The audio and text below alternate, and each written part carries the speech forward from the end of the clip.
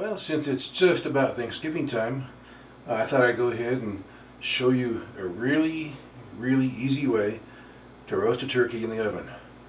You can do all kinds of different things with them. You can inject them, you can brine them.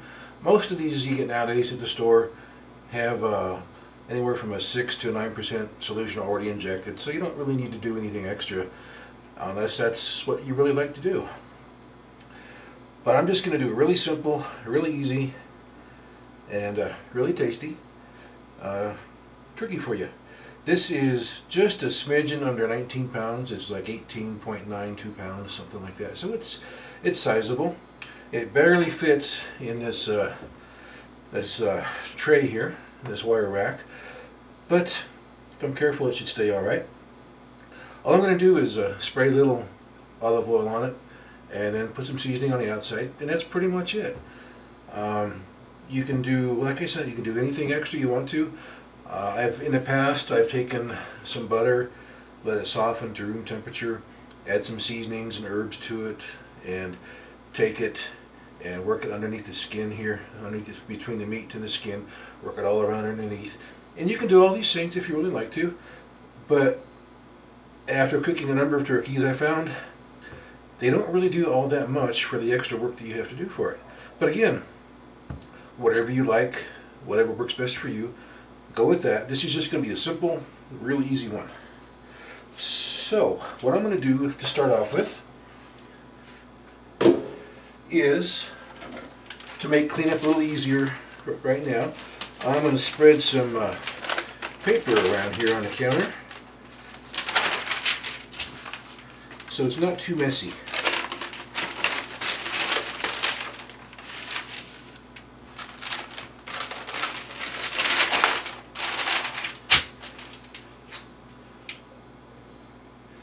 And then take this turkey out of the pan and just use, this is a spray of extra virgin olive oil. Well, I guess just olive oil is what it says there. And then just, I'll try to do this backwards so it may be a little messy for the camera. Spray the underside lightly to get it to brown up a little better. And you don't even have to do this if you don't want to. I'm just doing this to get it to brown up a little better. I'll spray it better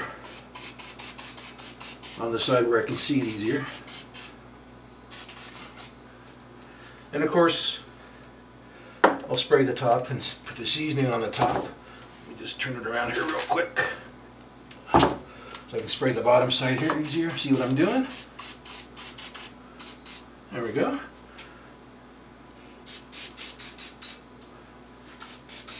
Get the parts that are down low that'll be harder to spray. Okay. It goes back into the pan. That just makes it easier to clean up the counter. You put some paper down.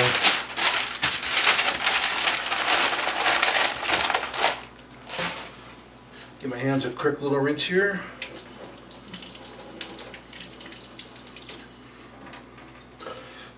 I've got the oven heating up to 325 degrees right now. And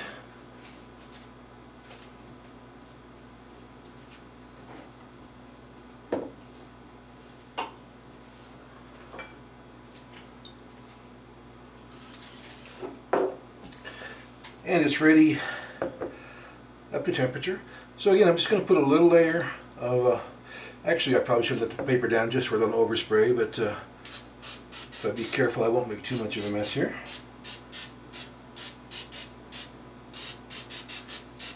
I'm going to use 2 different seasonings.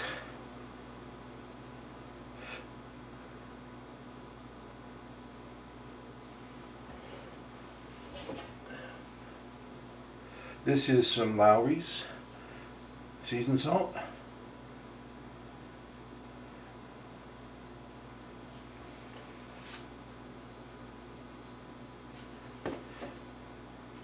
And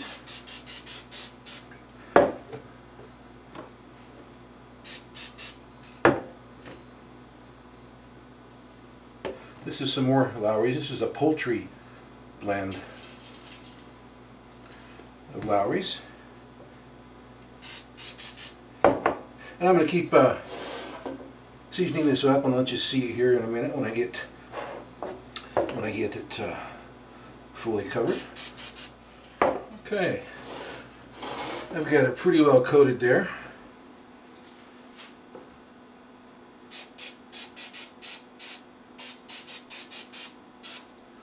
The olive oil spray will do a couple of things. It'll help the seasonings adhere to the skin better, and will also help the skin to crisp up and brown better. If you use some seasonings with a lot of sugar in them, the skin will obviously turn out a lot darker, so be careful and be aware of that. And if you do use some with a lot of sugar and the turkey's starting to get really dark, take a sheet of foil and cover it over while it's still cooking in the oven to shield it from getting any darker while it's cooking that way. But these seasonings don't have very much sugar, so I should be pretty well okay here, I think.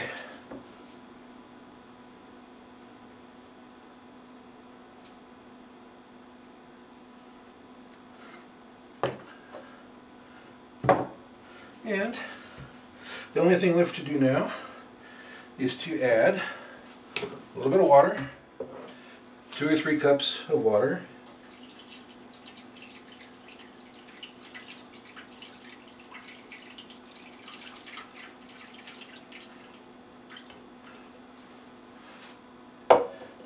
That'll keep any of the drippings from burning, and you can use those to make a gravy later on as well.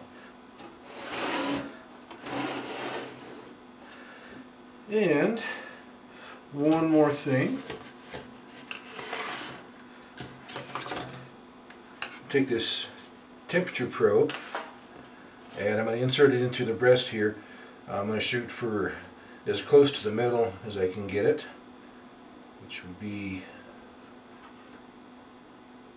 somewhere right about there. Stay away from the bones. You might get a false reading if it hits the bone. And that's it. You can put some, chop some carrots up and celery, onions, whatever you like. Put them in a pan too if you want. I'm just showing you the really simple, easy way to do it. And we'll put it down at 325 and let it go. And I'll bring it out and let you see what it looks like. And you can make any variations and changes you want to suit your own personal turkey tastes. So I'll see you back here in just a second.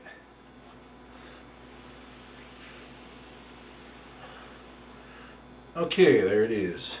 It's at 161 degrees. I know. I said 165. That's the target temperature we want it to rise to. I'm pulling it out of the oven at 161 degrees.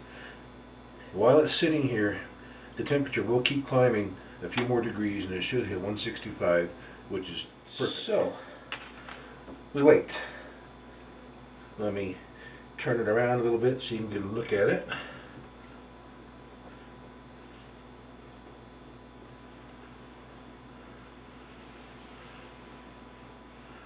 It's a little bit darker than I would have preferred, but it still looks really good to me. It's going to taste even better.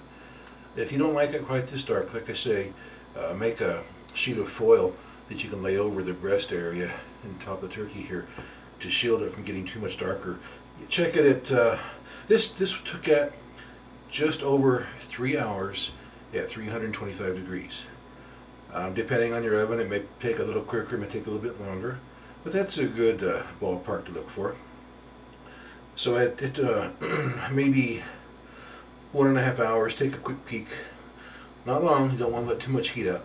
Take a quick peek, see if it's looking as dark as you like it to be. If it is, go ahead and put foil on it if you want to. Or wait it another half hour or more and see if it's to the color you like there. But this looks good to me, and it's going to, like I said, taste even better.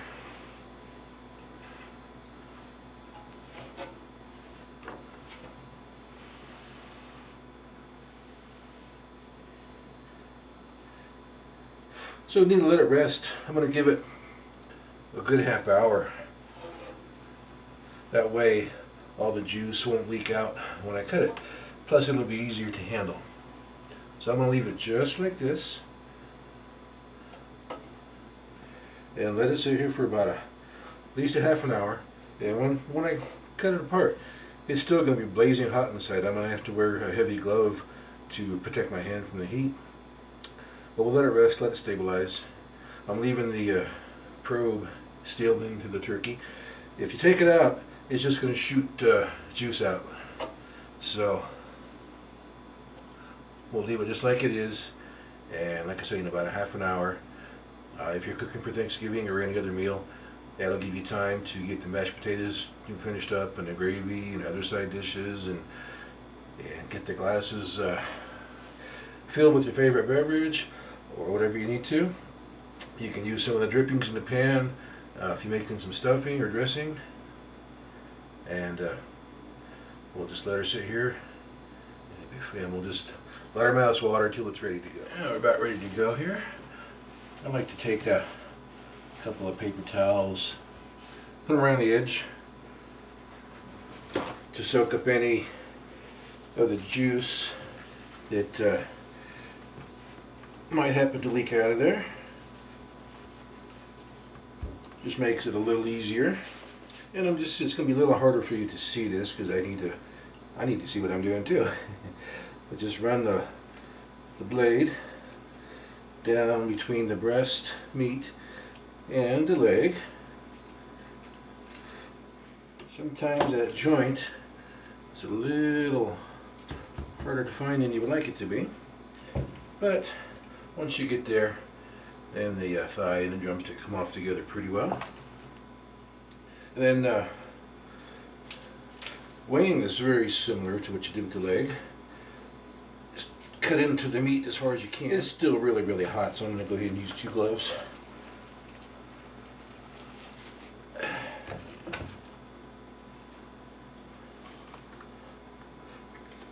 Find that joint with the tip of the knife blade there.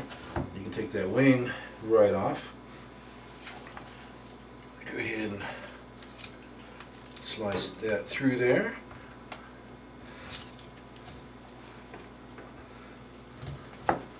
Right through the joint.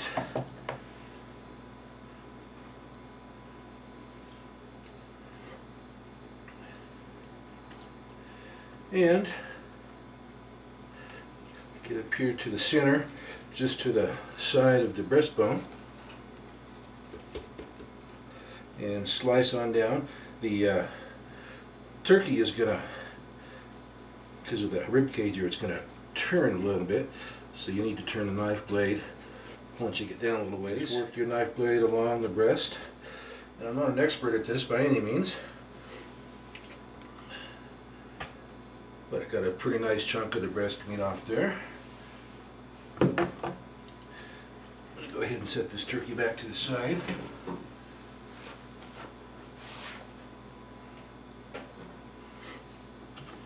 Now on this breast, normally people slice it on the turkey down this direction. I'm going to do the opposite direction, slice it this way.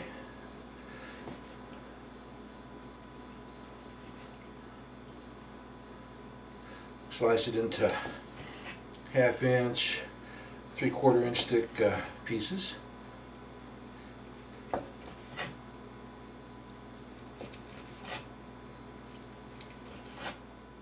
And you can see there how much juice is coming out of the turkey.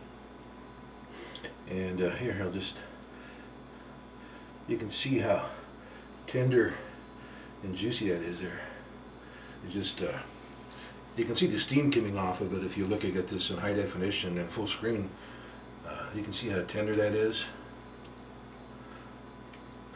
And I'll tell you how tasty it is here. Very juicy, flavorful. I think the biggest problem people have is they're probably afraid that they're not cooking it long enough and it's going to be unsafe to eat. You just need to make sure it's up to 165. Pull it out of the oven at about 161 degrees Fahrenheit. Let it rest 20 to 30 minutes. and it'll climb up to 165. That's according to the USDA website recommendations. And sometimes in the joint of the thigh or around the base of the breast, sometimes you may see some pink there, even a little bit reddish looking areas, and that is not uncooked. It's not unsafe to eat.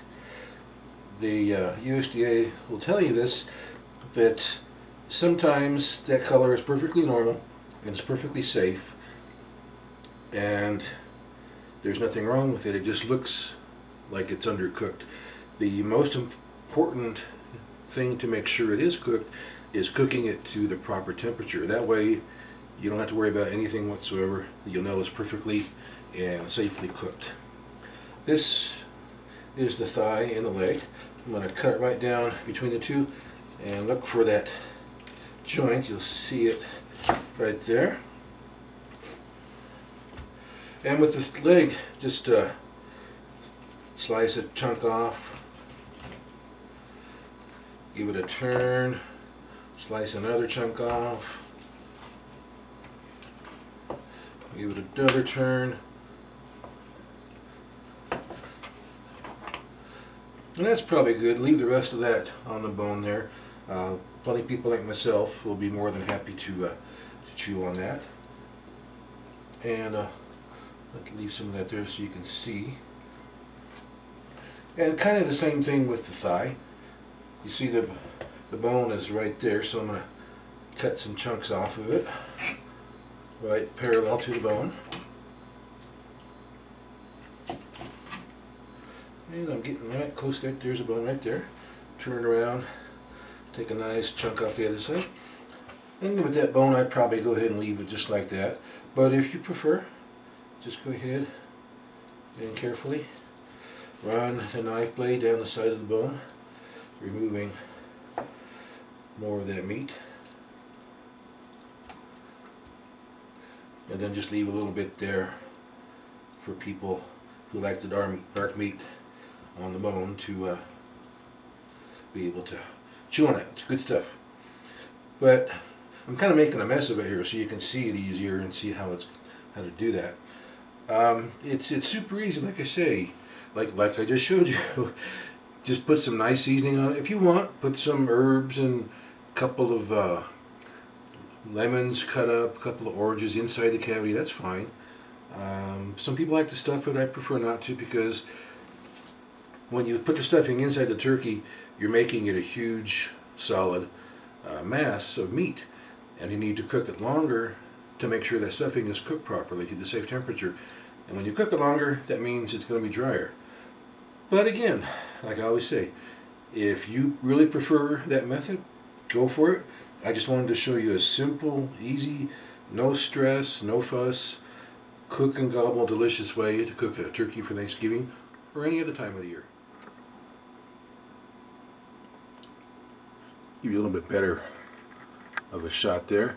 On the top left, the back is the part of the wing, and right below that is the thigh meat and the leg meat, and then right directly down below that in the front, on the front left, is the other part of the wing, and to all that to the right is the breast meat. Like I said, I kind of hacked it up a little bit because I wanted you to be able to see how juicy and tender it was, and it's so easy, so tasty. Give it a try. It's definitely Cook and Gobble good and Cook and Gobble delicious. Make your Thanksgiving turkey easy and delicious. We'll see you next time on Cook and Gobble videos.